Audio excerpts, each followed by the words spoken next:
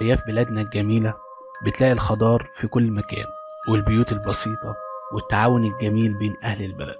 حياة جميلة وفيها كمية راحة ما تتوصفش.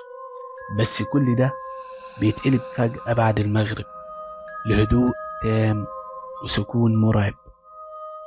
القرية كلها بتتحول لمكان مرعب. الأشجار فيها بتظهر زي الأشباح اللي بتتحرك طول الليل.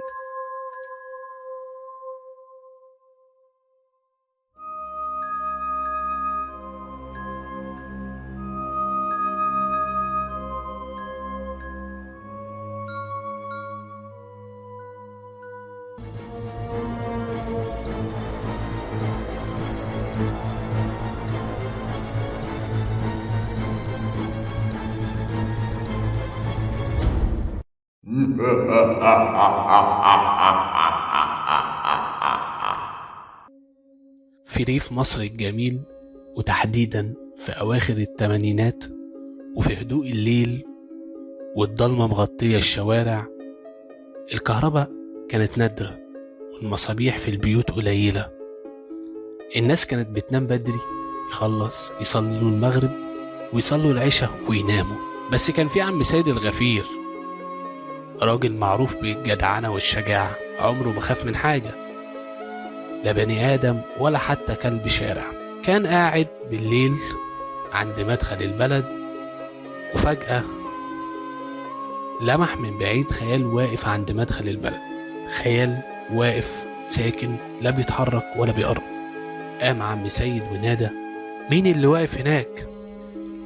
محدش بيرد. بعدها الخيال اختفى، رجع قعد، لكن بعد شوية رجع الخيال تاني، واقف بنفس الوضع في نفس المكان. عم سيد نادى بصوت أعلى: قلت لك مين؟ وبرضه مفيش رد، والخيال اختفى تاني. قام عم سيد ماسك بندقيته وقال: أكيد حرامي أو حد غريب، لازم أشوف الحكاية دي. وأول ما قرب من المكان اللي كان فيه الخيال، حس إن الدنيا حواليه اتبدلت. الشارع اللي بيمشي فيه كل يوم بقى غريب، الحيطان غير الحيطان، البيوت شكلها متغير، حتى التراب على الأرض لونه مختلف. فضل ماشي، وكل ما يلف شارع يلاقي نفسه في شارع تاني ما يعرفوش. قال في نفسه: يمكن اتلخبطت، بس ازاي؟ ده انا حافظها شبر شبر. هو تايه في الشوارع، شاف واحد قاعد على جنب الطريق، وشه مش باين في الضلمة. قرب منه وقال له: يا عم انت، هو انا فين دلوقتي؟ دي بلد ايه دي؟ الراجل مردش، ساكت كأنه حجر.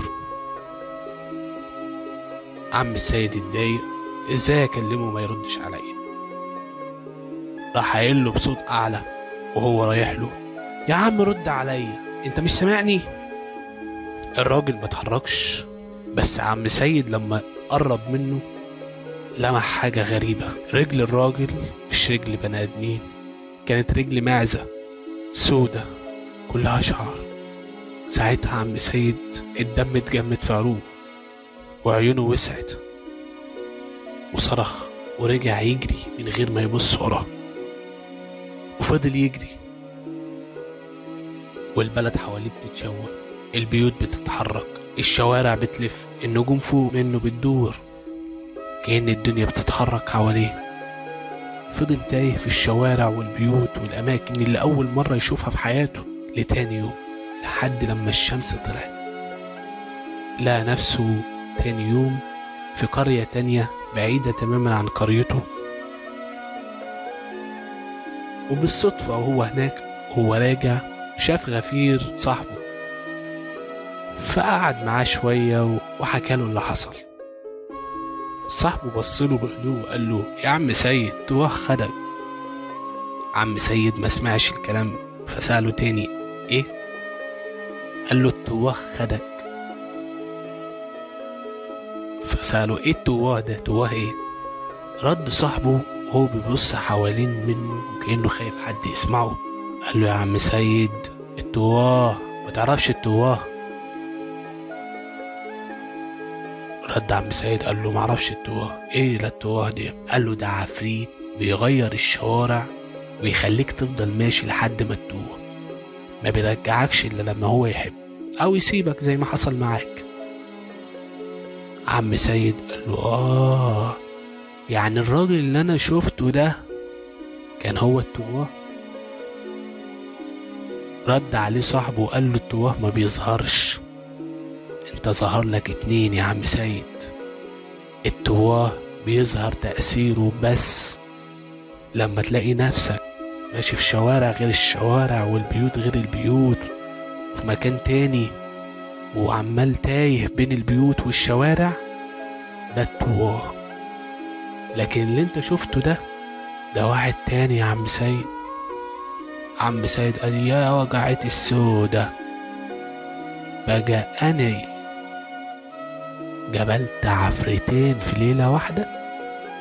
رد عليه صاحبه وقال له يمكن 3. قال له ازاي؟ قال له الخيال اللي في الأول يا عم سيد.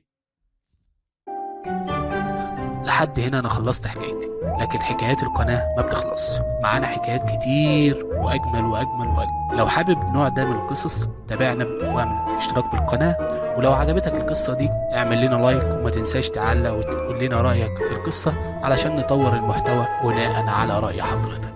سلام.